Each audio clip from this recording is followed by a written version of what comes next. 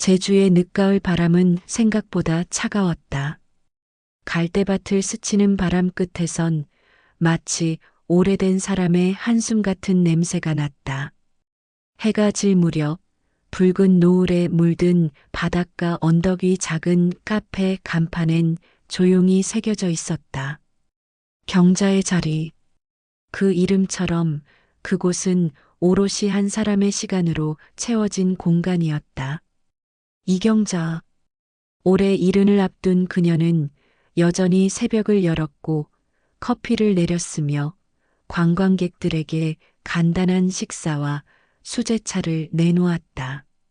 제주로 이주한 지는 어느덧 25년이 넘었고 남편이 떠난 뒤 혼자 세상을 살아온 지도 그만큼이었다. 가끔씩 손님이 물었다. 혼자 힘들지 않으세요? 그녀는 웃으며 말했다. 익숙해지면 괜찮아져요. 고요한 시간에 말벗도 생기고요. 하지만 지난달 그녀는 삶의 균열을 예고받았다. 병원에서 건네받은 검사 결과지 한 장. 유방암 사기. 간과 뼈의 전이가 확인되었습니다. 항암 치료를 해도 완치 가능성은 희박합니다. 의사의 설명은 조심스러웠지만 끝내 그 말은 나왔다. 앞으로 기껏해야 석 달 정도로 예상됩니다. 그날 밤 경자는 바다를 바라보며 오래 앉아 있었다. 제주에 처음 정착하던 날이 떠올랐다. 딸을 서울로 떠나보내고 텅 빈 집에서 처음 커튼을 달고 처음 커피를 내리던 손끝의 떨림까지 그 모든 것이 지난 세월처럼 아득했다. 눈물은 나오지 않았다. 이미 그녀는 오랜 시간 외로움과 살아왔기 때문이었다. 단단하게 굳은 마음에 스며들 틈이 많지 않았다. 하지만 그날 이후 매일 밤 그녀의 마음속을 어지럽히는 한 얼굴이 있었다. 윤은지. 경자가 사랑으로 키운 딸이었다. 세상은 그녀를 친어머니라 부르지 않지만 은지의 첫 이유식을 만들던 날 아프다고 울던 밤에 이 말을 쓰다듬어 주던 순간들. 그런 것들이 경자에게는 진짜 엄마라는 이름의 근거였다. 은지와의 연락은 점점 줄어들었다. 결혼 후엔 바쁘다는 이유로 아이 낳은 후엔 더 이상 통화조차 잦지 않았다. 그래도 괜찮다고 생각했다. 애 키우고 사느라 그럴 수도 있지. 별일 없이 사는 게 가장 좋은 거지. 스스로 위안 삼았지만 마음 한구석에 쌓이는 허전함은 쉽게 지워지지 않았다. 병원에서 돌아온 날 경자는 책상 서랍 깊숙한 곳에 있던 사진 한 장을 꺼냈다. 돌잔치 날 찍은 은지와의 사진이었다.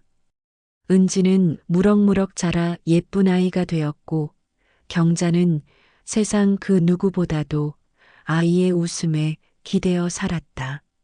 사진을 한참 바라보다 그녀는 혼잣말을 꺼냈다. 보고 싶다. 마지막일지 몰라도 얼굴 한 번은 보고 와야 하지 않겠어? 결심은 빠르게 행동으로 옮겨졌다. 다음 날 그녀는 카페 입구에 이렇게 써붙였다. 일시 휴업합니다. 늦가을 정비 후 겨울에 다시 찾아뵙겠습니다. 그녀는 단골 손님들에게도 이웃들에게도 자세한 설명은 하지 않았다. 카페를 잠시 비운다는 것만으로도 모두 고개를 끄덕였기 때문이다.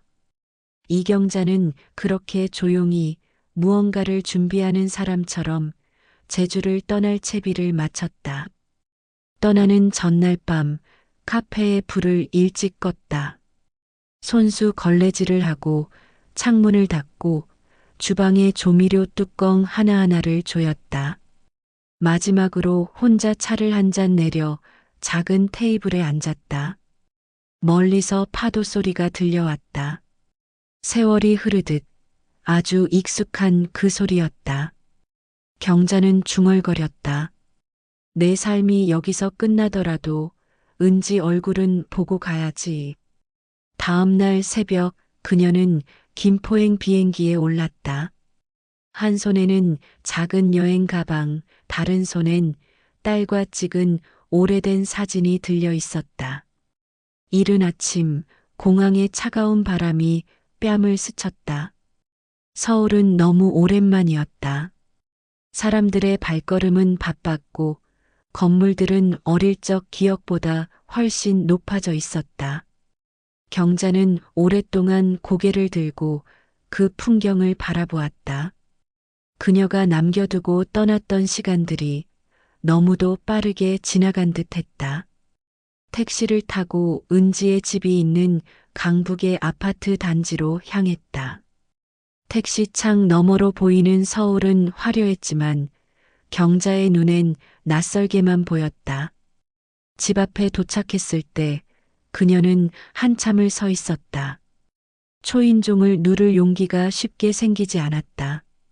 다시 얼굴을 보면 무슨 말을 꺼내야 할까? 엄마가 갑자기 와서 놀랐지? 몸이 좀 안 좋아서. 아니야, 그러지 말고 그냥 밥이나 한번 같이 먹자 하자. 마음속에 수십 가지 말이 맴돌았다. 그러던 순간 창문 쪽에서 남자의 목소리가 들려왔다. 낯익은 목소리였다. 사위, 진성호였다. 그녀는 반사적으로 벽에 몸을 붙였다. 창문이 조금 열려 있었고 안에서 이어지는 통화 내용이 또렷이 들렸다. 경매 신청 이번 주에 넣으면 다음 달 안엔 정리돼. 애들 걱정하지 마. 다 계획에 있어. 그 여자들이야 알아서 나가겠지. 경자는 숨을 삼켰다. 그 여자들이라니. 그 말 속에는 은지와 손주들이 있었다. 말뜻은 명확했다. 가족을 내쫓고 경매로 집을 넘기려는 사위의 계획이었다. 몸이 떨렸다.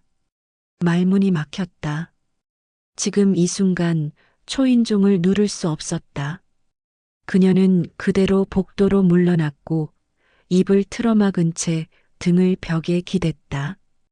눈물이 나지 않았다. 울 수 없었다. 딸이 이 사실을 모른다면 그건 더 끔찍한 일이었다.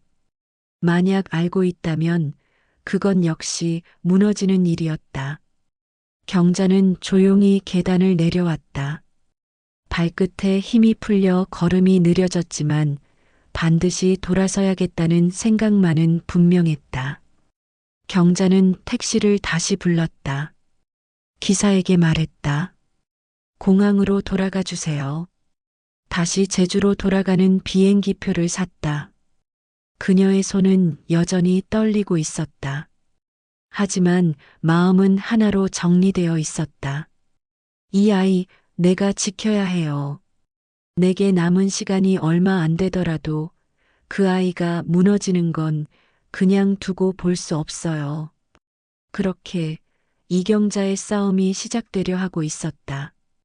제주 공항에 도착한 이경자는 터미널 한쪽 구석에 앉아 천천히 숨을 골랐다. 서울에서 돌아온 몸은 멀쩡했지만 마음은 몹시 닫혀 있었다.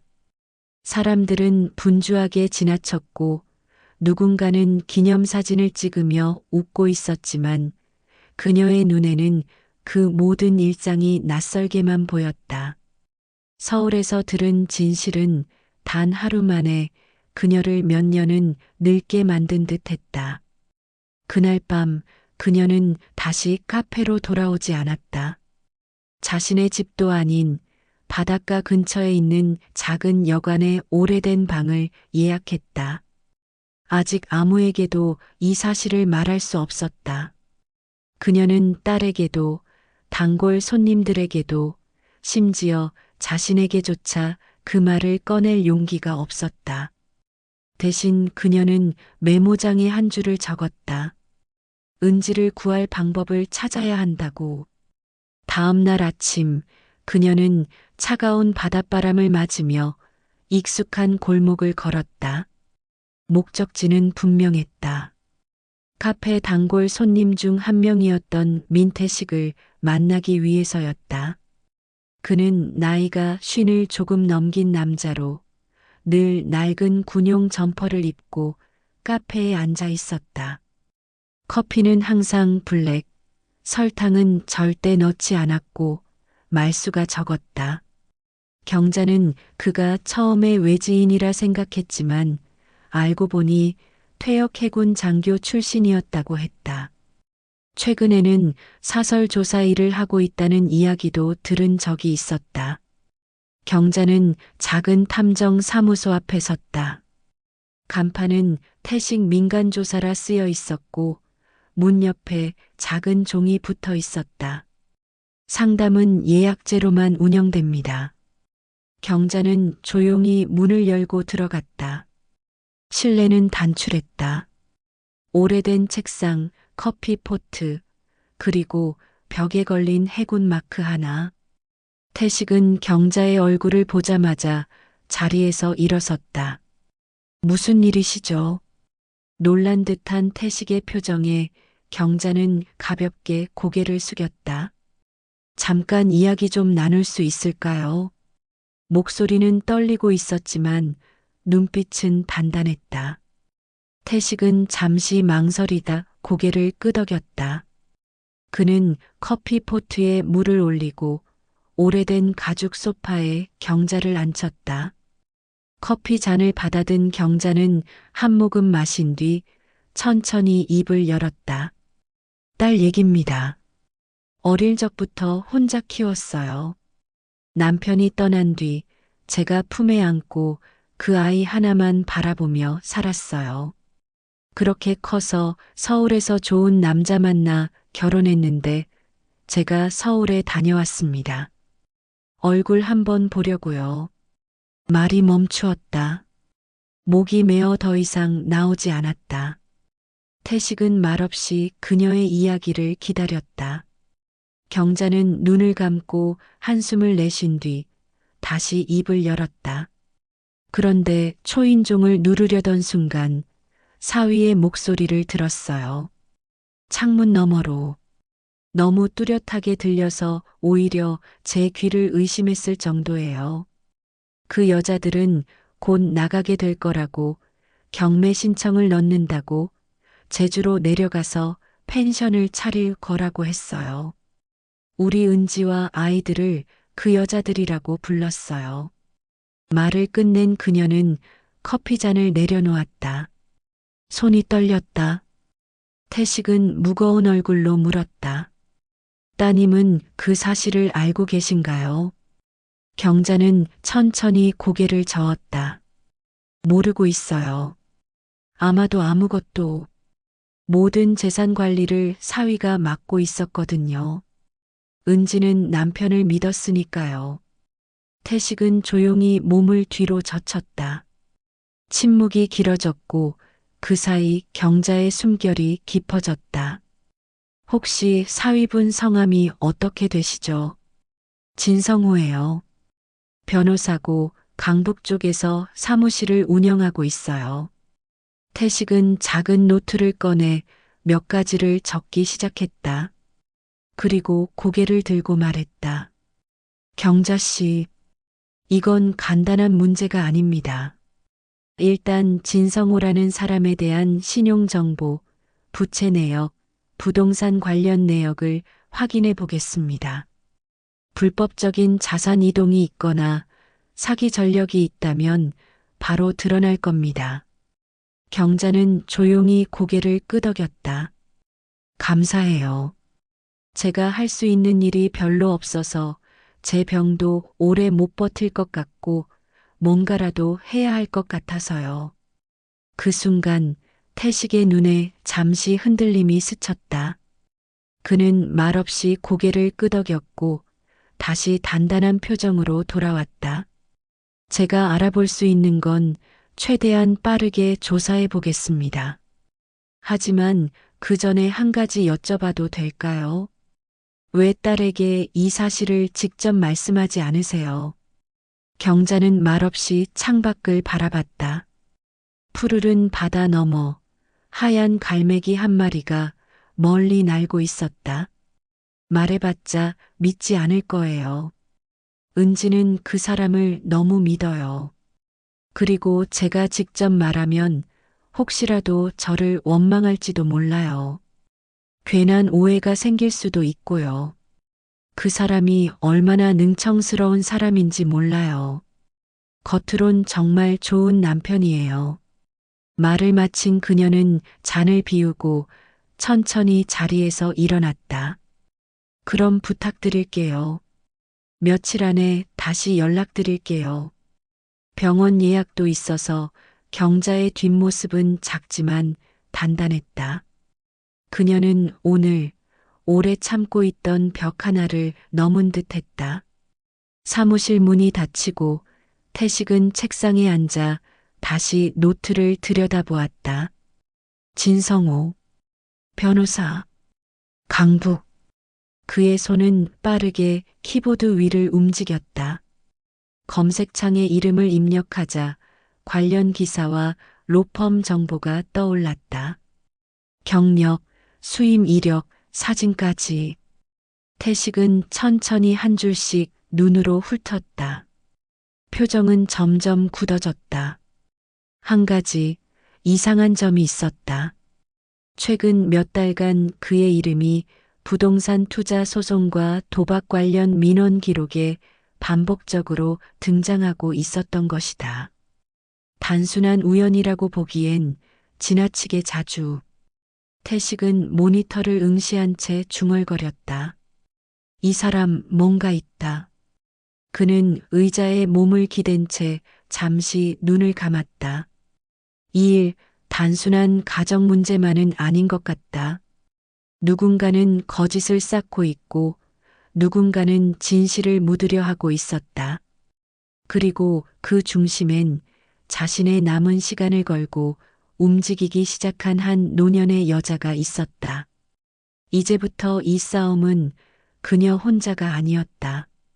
이경자는 병원 복도를 느릿하게 걸었다. 푸른색 복도등이 그녀의 어깨를 덮었고 차트와 바퀴 달린 진료 카트들이 지나가며 소음을 더했다. 사흘 전부터 몸이 이상하게 무거워졌다.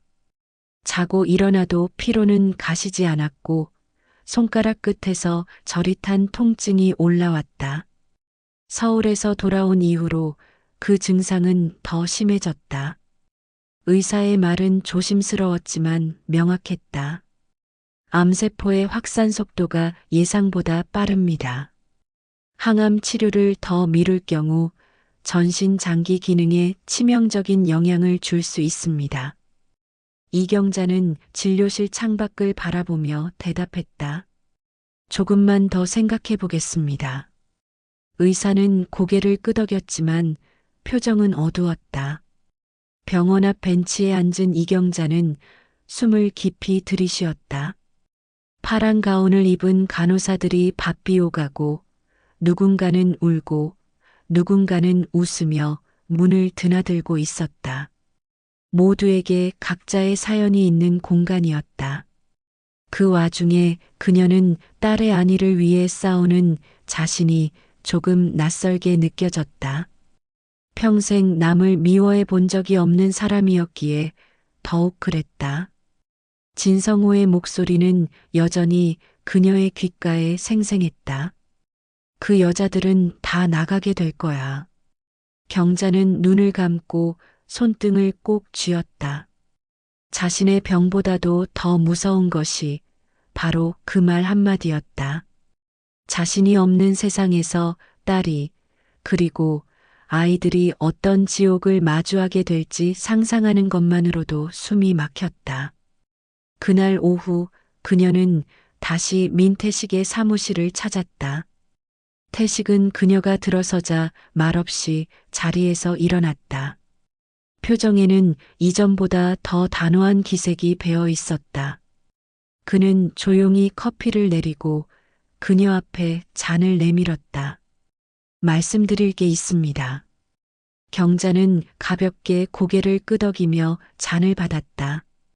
진성호 씨, 최근 몇 년간 고액 채무에 시달리고 있었습니다. 불법 스포츠 도박 사이트를 통한 다량의 자금 유출이 확인됐고, 카드 연체, 사채, 고리대금까지 흔적이 많습니다. 현재까지 확인된 빚만 해도 최소 12억 이상입니다. 경자는 잔을 쥔 손을 놓칠 뻔했다. 12억이요. 그게 가능한가요? 태식은 조용히 고개를 끄덕였다. 정황상 부인의 명의로 된 재산을 담보로 돈을 빌리려는 움직임이 보입니다. 아파트도 그중 하나일 가능성이 높고요. 그는 잠시 말을 멈췄다가 다시 이어갔다. 그리고 내연 관계로 추정되는 여성의 이름도 나왔습니다. 이름은 송진아. 부동산 중개업체를 운영하고 있는 여성입니다. 진성호 씨의 사무실 인근에서 자주 목격됐고, 최근엔 같은 리조트 예약 기록도 확인됐습니다. 경자의 시야가 흔들렸다. 손주들 얼굴이 겹쳐 보였고, 딸의 웃음이 희미하게 들려오는 듯 했다. 그 웃음이 거짓이 아니기를 바랐는데, 모든 것이 거짓으로 깔린 바닥 위에 서 있었다는 생각에 가슴이 무너져 내렸다. 태식은 조심스럽게 말을 이었다. 송진아라는 여성, 사실 이 사람도 평범한 사람은 아닙니다. 부동산 사기 전력, 위조 문서 혐의로 과거 벌금형을 받은 기록이 있습니다. 경자는 고개를 들었다. 그럼 이건 단순한 외도가 아니라 딸 인생 전체를 노리고 있는 걸 수도 있겠군요. 태식은 무거운 눈빛으로 고개를 끄덕였다. 그렇다고 봐야 할 것 같습니다. 사위분의 행동은 충동적인 외도가 아니라 장기간에 걸친 계획에 가깝습니다.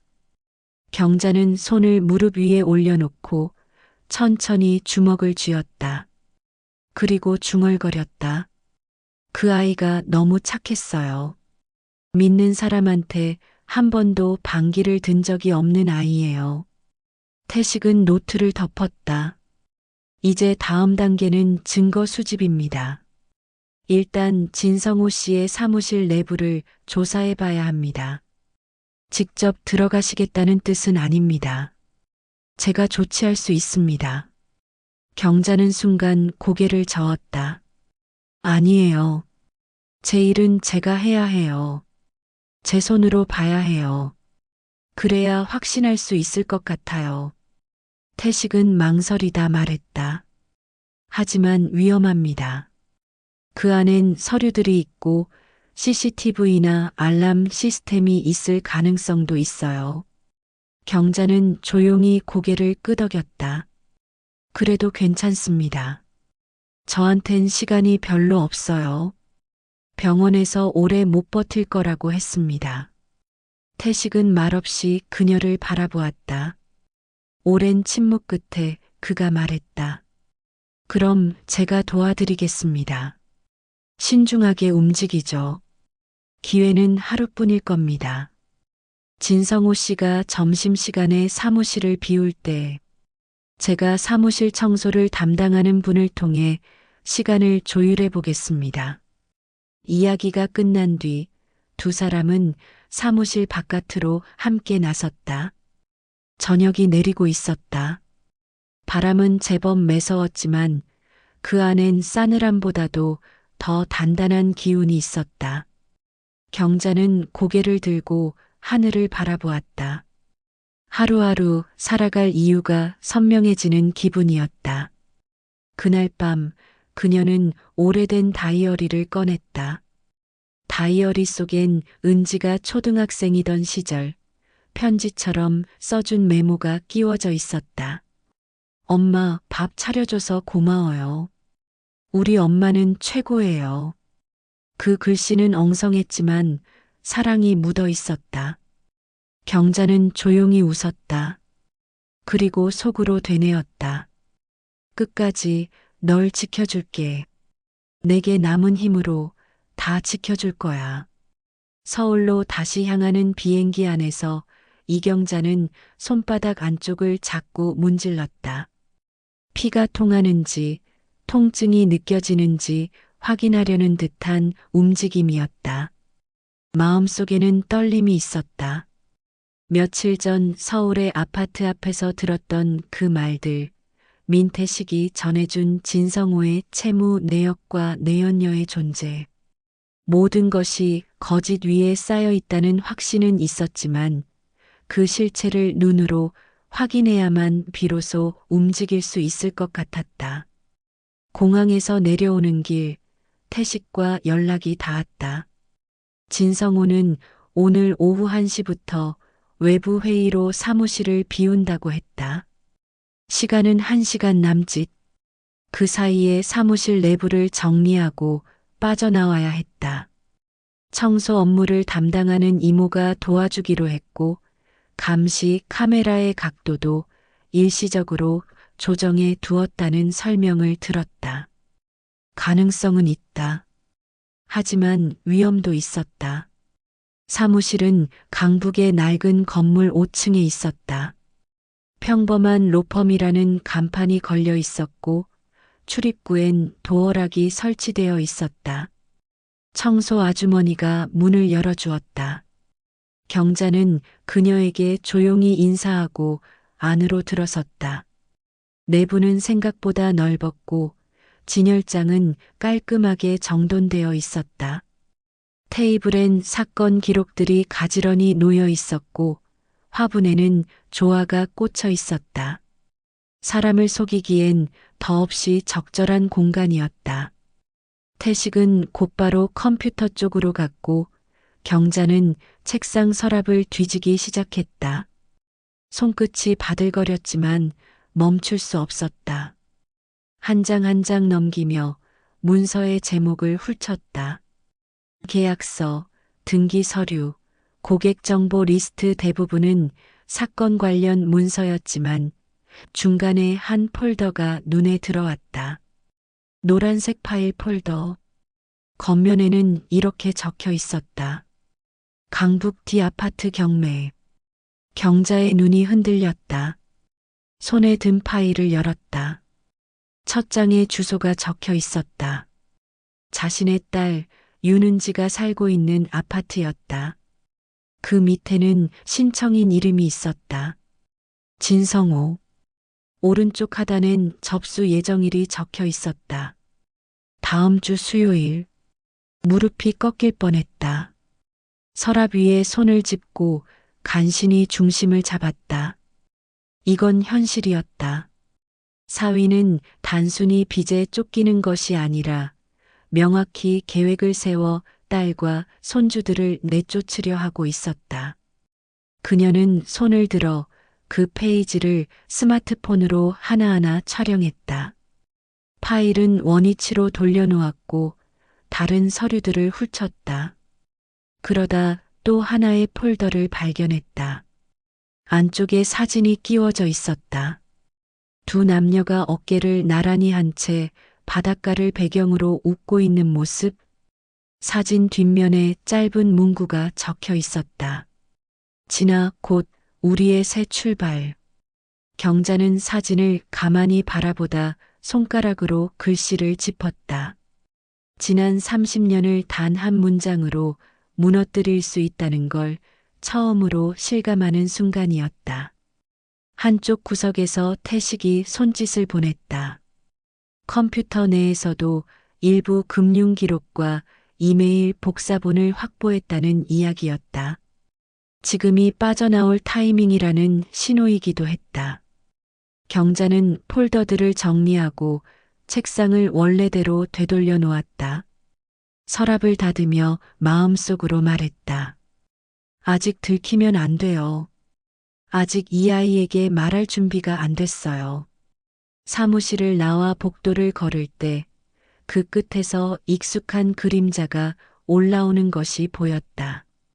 진성호였다. 평소보다 빨리 회의를 마친 듯 했다. 경자는 반사적으로 몸을 틀어 건물 반대편의 긴 복도로 향했다. 태식도 그녀를 따라 빠르게 움직였다. 뒤에서 들리는 발소리는 아직 가까워지지 않았지만 긴장이 온몸을 감쌌다. 청소 아주머니가 비상구 문을 열어주었다. 그들은 숨을 죽인 채 계단을 내려왔다. 3층, 2층, 1층 건물 밖으로 나와서야 숨을 내쉴 수 있었다. 경자는 주저앉을 듯한 무릎을 붙잡고 깊게 숨을 들이켰다. 태식은 그녀를 부축하며 택시를 불렀다. 차 안에서 둘은 말이 없었다. 다시 여관방에 도착했을 때 경자는 소파에 앉아 핸드폰으로 찍은 사진을 하나하나 다시 들여다보았다. 경매 신청서, 빚 내역, 그리고 사진 속 두 사람. 모든 것이 명확해졌다. 사위는 자신이 아는 사람이 아니었다. 아니, 처음부터 아니었을지도 모른다. 경자는 머리를 감쌌다. 차라리 몰랐더라면. 하지만 이제는 돌이킬 수 없었다. 그날 밤 딸 은지에게서 연락이 왔다. 엄마, 어디세요? 며칠째 연락이 없어요. 무슨 일 있는 건 아니죠. 경자는 핸드폰을 손에 쥐고 한참을 망설이다가 짧게 문자를 남겼다. 서울에 잠깐 일이 있어서 왔단다. 다음 주쯤 볼 수 있을 것 같아. 얼굴 보자꾸나. 문자 끝에 마침표를 찍고 나서야 마음이 조금 가라앉는 것 같았다. 태식은 다음 계획을 정리하고 있었다. 사위와 내연녀가 만나고 있다는 장소, 돈이 오가는 계좌, 그리고 그들의 최종 목적지. 점점 퍼즐 조각은 맞춰지고 있었지만 모든 걸 딸에게 말하기엔 아직 부족했다. 더 많은 증거가 필요했고 더 많은 시간이 필요했다. 하지만 시간은 경자의 편이 아니었다. 그녀는 침대에 누워 천장을 바라보았다. 밤하늘의 불빛은 창문 틈 사이로 아득하게 들어왔다. 이제 남은 건 이 진실을 딸에게 어떻게, 언제, 어떤 방식으로 말할 것인가였다. 그 선택 하나에 딸의 인생이 달려 있을지도 몰랐다. 토요일 아침 서울 은평구의 오래된 아파트 단지에 햇살이 천천히 스며들고 있었다. 단지 안놀이터엔 아이들이 뛰놀았고 어느 집에선 창문을 열고 이불을 털고 있었다. 이경자는 현관 앞에 조용히 섰다. 초인종을 누르지 않고 한참을 망설이다가 결국 조용히 문을 두드렸다. 노크 소리는 작았지만 분명했다. 윤은지가 문을 열었다. 엄마, 서울 오신다고 하셨으면 제가 모시러 나갔을 텐데요. 당황한 듯한 표정이었지만 눈빛에는 반가움이 묻어 있었다. 경자는 미소를 지으며 고개를 끄덕였다. 괜찮다. 그냥 갑자기 내 얼굴이 보고 싶어서 올라왔단다. 목소리는 평온했지만 속은 계속 흔들리고 있었다. 거실에 들어선 경자는 익숙한 풍경에 가슴이 뭉클해졌다. 딸이 정성껏 정리한 듯한 공간, 손주들의 그림이 붙어 있는 벽면, 반쯤 펼쳐진 책가방. 소중한 일상이 고스란히 살아있는 곳이었다. 은지는 주방에서 커피를 내리며 말했다. 사위는 오늘 일찍 출근했어요. 요즘 바빠서 주말에도 출근을 자주 하네요. 이번에 새로 들어온 사건 때문에. 경자는 말없이 고개를 끄덕였다. 그 말이 그녀에겐 날선 칼처럼 느껴졌다. 그녀는 커피 잔을 받아들고 조용히 앉았다.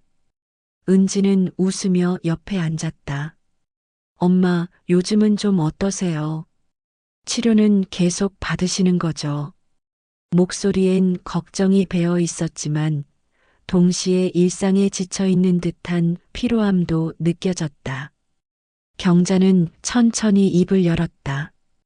은지야, 내가 힘들게 산다는 건 잘 알고 있어. 엄마가 옆에 있어주지 못한 시간도 많았고, 하지만 내가 지금 잘 살고 있다고 생각해? 이 질문은 날카롭지도 원망 섞인 것도 아니었다.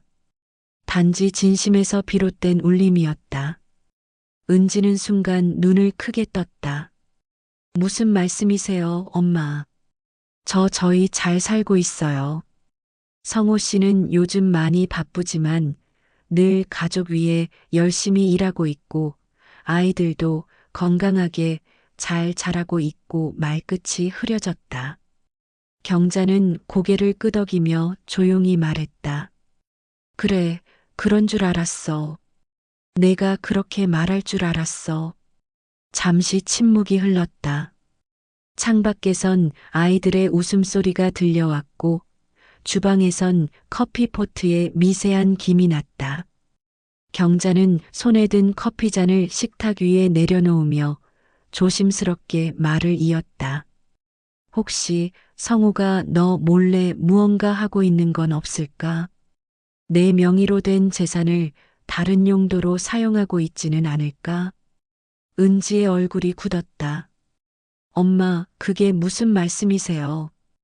왜 그런 말씀을 하세요? 성호 씨가 설마 그런 사람이라고 생각하시는 건 아니죠? 경자는 조용히 딸의 눈을 바라보았다. 생각하고 말고가 아니야. 나는 그냥 내가 괜찮은지 확인하고 싶었어.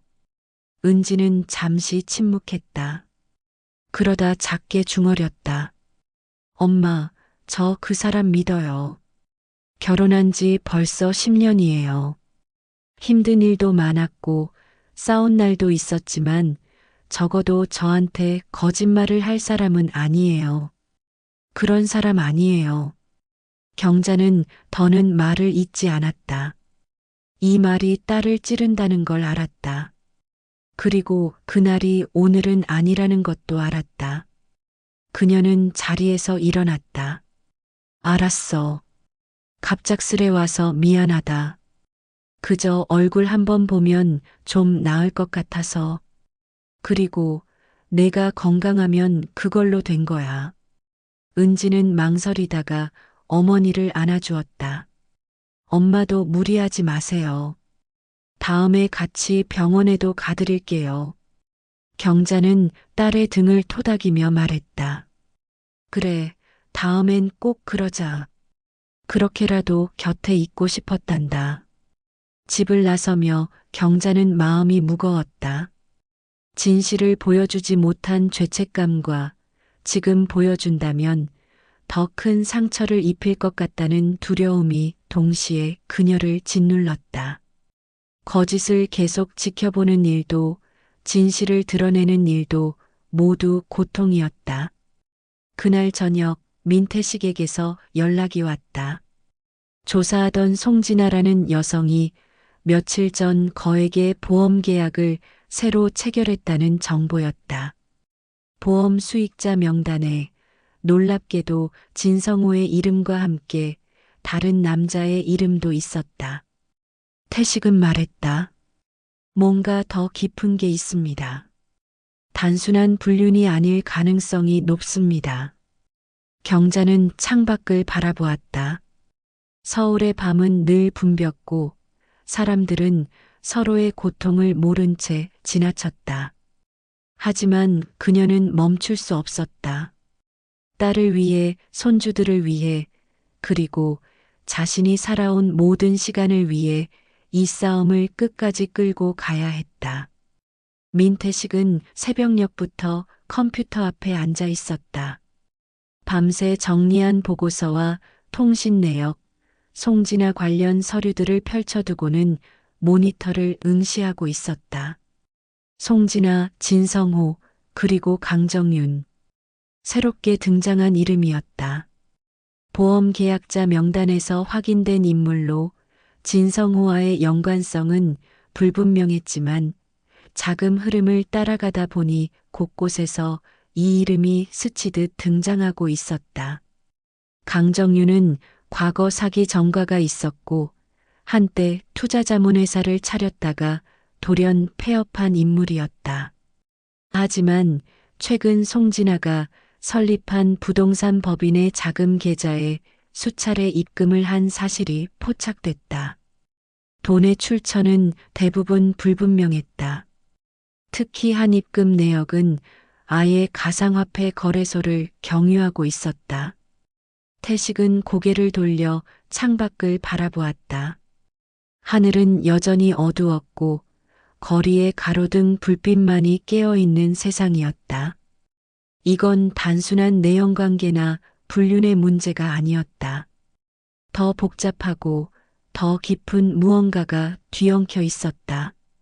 딸과 손주들 그리고 이경자까지 이 거대한 덫안에 무방비 상태로 놓여 있는 느낌이었다. 그는 이경자에게 전화를 걸었다. 이른 시간이었지만 이젠 미룰 수 없는 이야기였다. 경자는 전화기 너머로 맑은 목소리로 받았다. 괜찮으세요, 민 씨? 태식은 단도직입적으로 말했다. 새로운 인물이 등장했습니다. 송진아의 작은 배후에 누군가 있어요. 이름은 강정윤입니다. 경자는 침묵했다. 잠시 후 작게 말했다. 그럼 송진아와 진성우만의 일이 아니었다는 거군요. 그렇습니다. 그리고 송진아와 강정윤은 몇 년 전부터 공모 관계였던 것으로 보입니다. 송진아는 진성우를 미끼로 삼아 접근했고 진성우는 그 미끼를 덥석 문 셈입니다. 경자는 핸드폰을 내려놓고 창가로 걸어갔다. 아침 햇살이 희미하게 번지고 있었고 하늘은 흐렸다.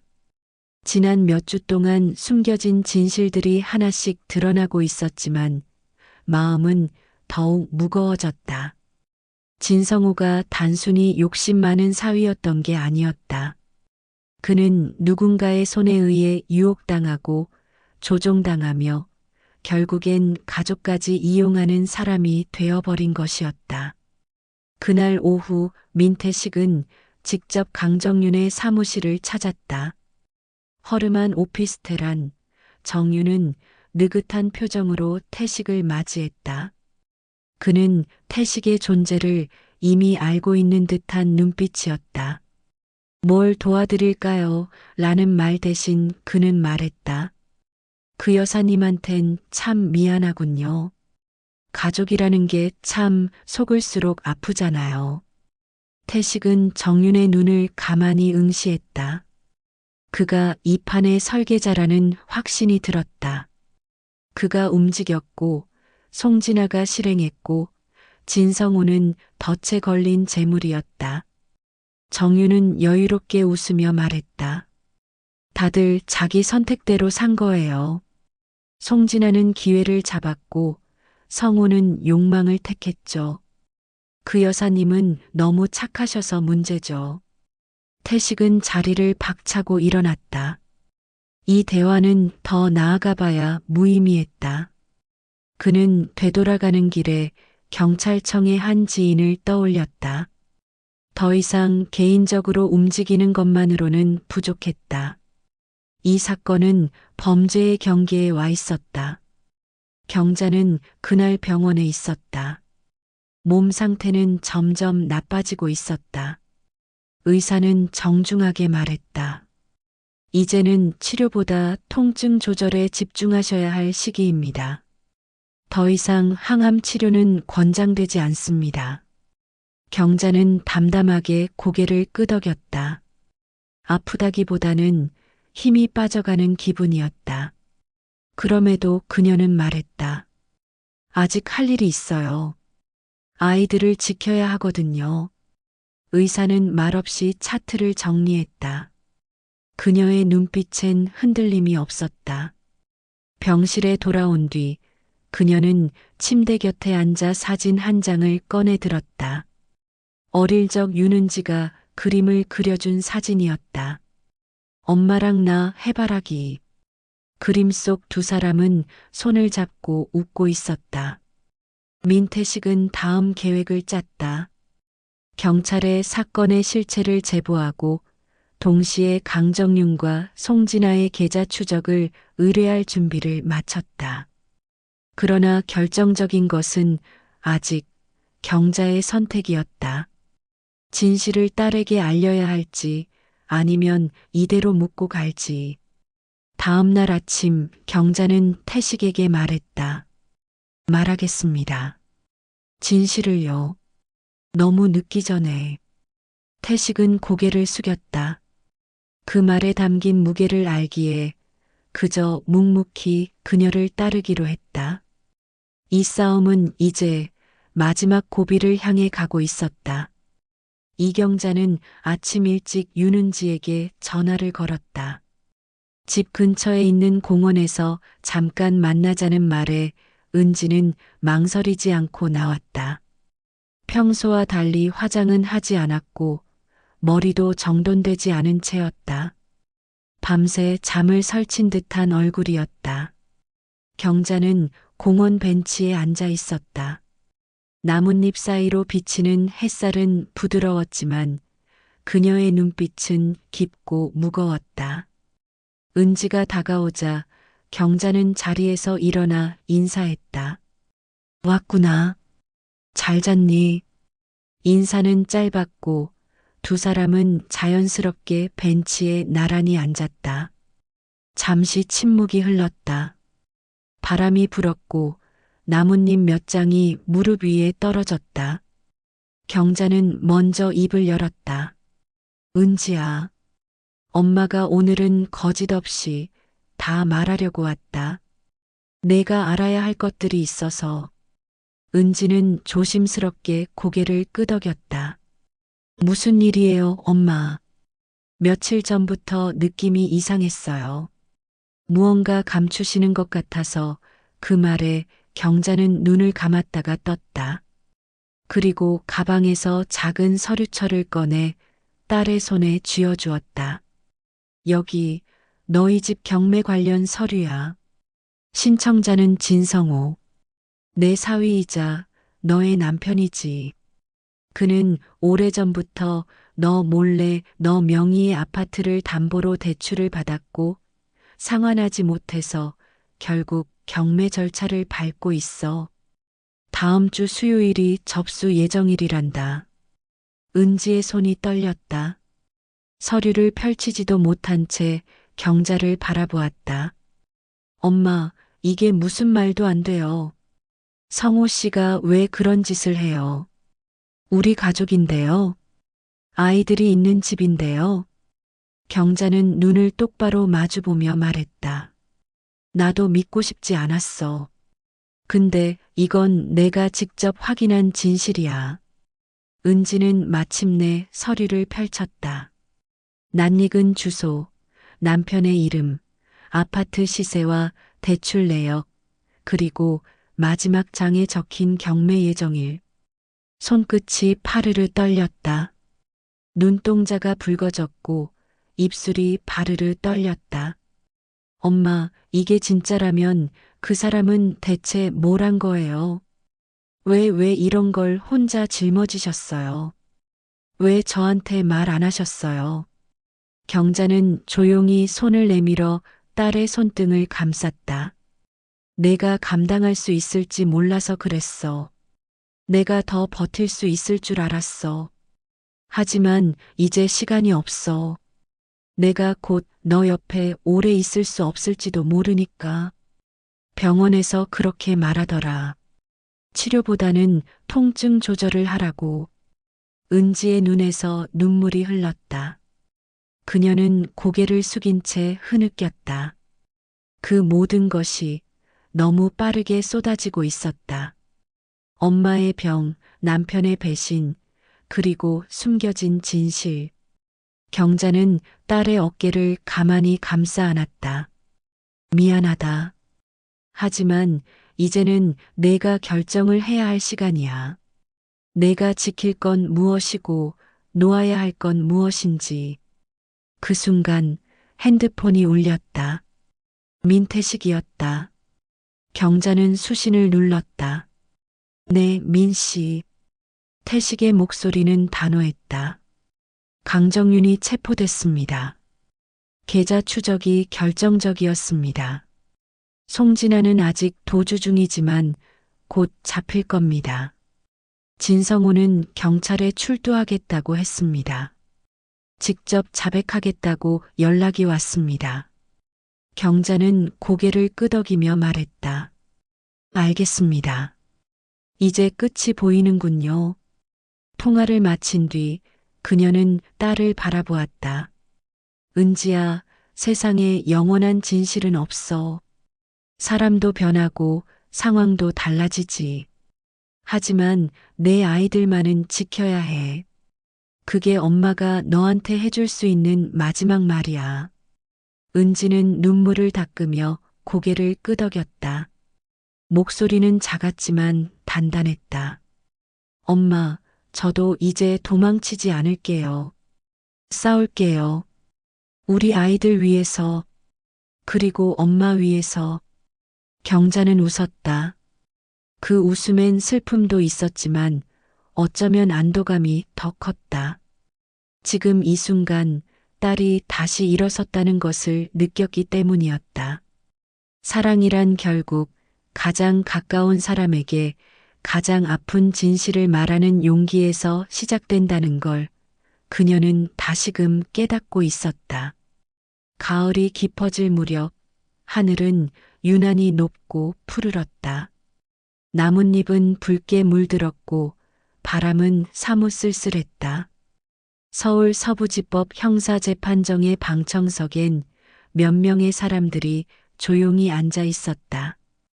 이경자는 휠체어에 몸을 기대고 있었다. 그녀의 옆엔 딸 윤은지가 조용히 앉아 있었다. 손을 꼭 맞잡은 두 사람은 아무 말 없이 앞을 바라보았다. 피고인석엔 진성호가 서 있었다. 양복을 입었지만 그 얼굴엔 평소에 오만한 표정은 없었다. 대신 고개를 숙인 채 검사의 발언을 묵묵히 듣고 있었다. 그는 공문서 위조, 부동산 사기, 보험 사기, 자금 세탁 등 총 7개의 혐의로 기소되었다. 그중 일부는 송진아와 강정윤의 공모로 이루어진 것이었고 진성호는 그 중심에 있었다. 검찰은 징역 12년을 구형했고 재판장은 자백과 반성의 태도를 고려해 징역 9년을 선고했다. 진성호는 형을 받아들이겠다는 짧은 말만 남기고 아무런 항변도 하지 않았다. 재판이 끝나고 사람들이 법정을 빠져나가는 가운데 이경자는 한참을 움직이지 않았다. 그녀의 눈은 멍하니 텅 빈 피고인석을 바라보고 있었다. 딸은 조용히 말했다. 이제 끝났어요, 엄마. 경자는 고개를 끄덕였다. 그래, 이제 정말 끝이구나. 그리고는 작게 속삭이듯 말했다. 아니, 어쩌면 지금이 진짜 시작인지도 모르지. 며칠 후 병원에서 경자는 마지막 입원을 하게 되었다. 폐로 전이돼 남은 그녀의 호흡을 서서히 무겁게 만들고 있었고 통증 조절을 위한 약물은 그녀를 점점 잠재우고 있었다. 하지만 의식이 남아있는 동안 그녀는 단 한 가지 바람만을 반복해서 이야기했다. 아이들과 시간을 보내고 싶다고. 그 바람은 지켜졌다. 병원 옥상 정원에서 두 손주가 조심스럽게 다가와 할머니의 무릎에 앉았다. 경자는 숨이 가쁘면서도 부드럽게 웃었다. 사랑해. 너희 둘 다 아주 많이. 아이들은 어리지만 그 말의 무게를 직감한 듯이 조용히 할머니의 손을 꼭 잡고 있었다.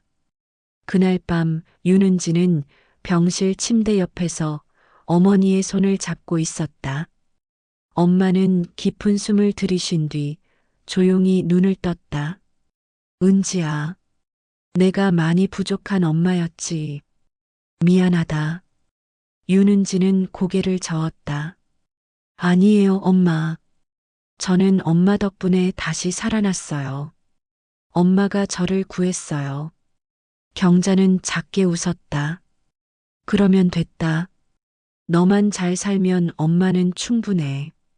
그 말을 마지막으로 그녀는 다시 눈을 감았다. 그 밤은 길었고 고요했다.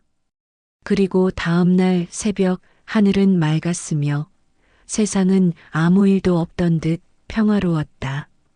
장례는 조용히 치러졌다. 많은 이들이 오지 않았지만 진심은 가득했다. 민태식도 조문을 왔다. 그는 묵묵히 분향을 마친 뒤 윤은지에게 고개 숙여 인사했다. 고인의 마지막 뜻, 제가 끝까지 함께했습니다. 은지는 깊이 고개를 숙여 감사의 뜻을 전했다. 며칠 뒤 은지는 아이들과 함께 제주도 본가로 내려갔다. 낡은 집을 정리하며 그녀는 어머니의 흔적을 하나하나 되짚었다. 책상 서랍 속에는 오래된 사진들과 함께 짧은 메모 한 장이 남겨져 있었다. 은지야, 언젠가 내가 이 집에 돌아올 줄 알고 정리하지 않았단다. 여긴 언제나 너의 집이야. 마음이 힘들 땐 다시 이곳으로 와도 돼. 그 문장을 읽고 은지는 소리 없이 눈물을 흘렸다. 손끝에 닿은 글씨에 어머니의 온기가 남아 있었다. 그날 밤 그녀는 아이들을 무릎에 앉히고 조용히 이야기해 주었다. 너희 할머니는 아주 용감한 분이셨어. 그리고 우리를 아주 많이 사랑하셨단다. 아이들은 할머니를 기억하겠다고 약속했고 윤은지는 그들의 약속을 품에 안고 하늘을 올려다보았다. 밤하늘은 수많은 별들로 가득했다. 그중 가장 밝은 별 하나가 그녀의 눈앞에서 반짝이고 있었다. 끝은 없었다. 단지 한 이야기의 마침표였을 뿐. 그리고 그 마침표는 또 다른 문장의 첫 글자가 되어 삶은 계속되고 있었다.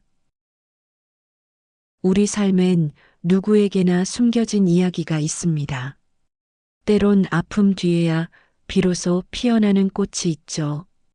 당신의 인생에도 눈물 뒤에 꽃길이 피어납니다. 지금 구독과 좋아요로 함께 걸어가 주세요. 여기는 꽃길 인생입니다.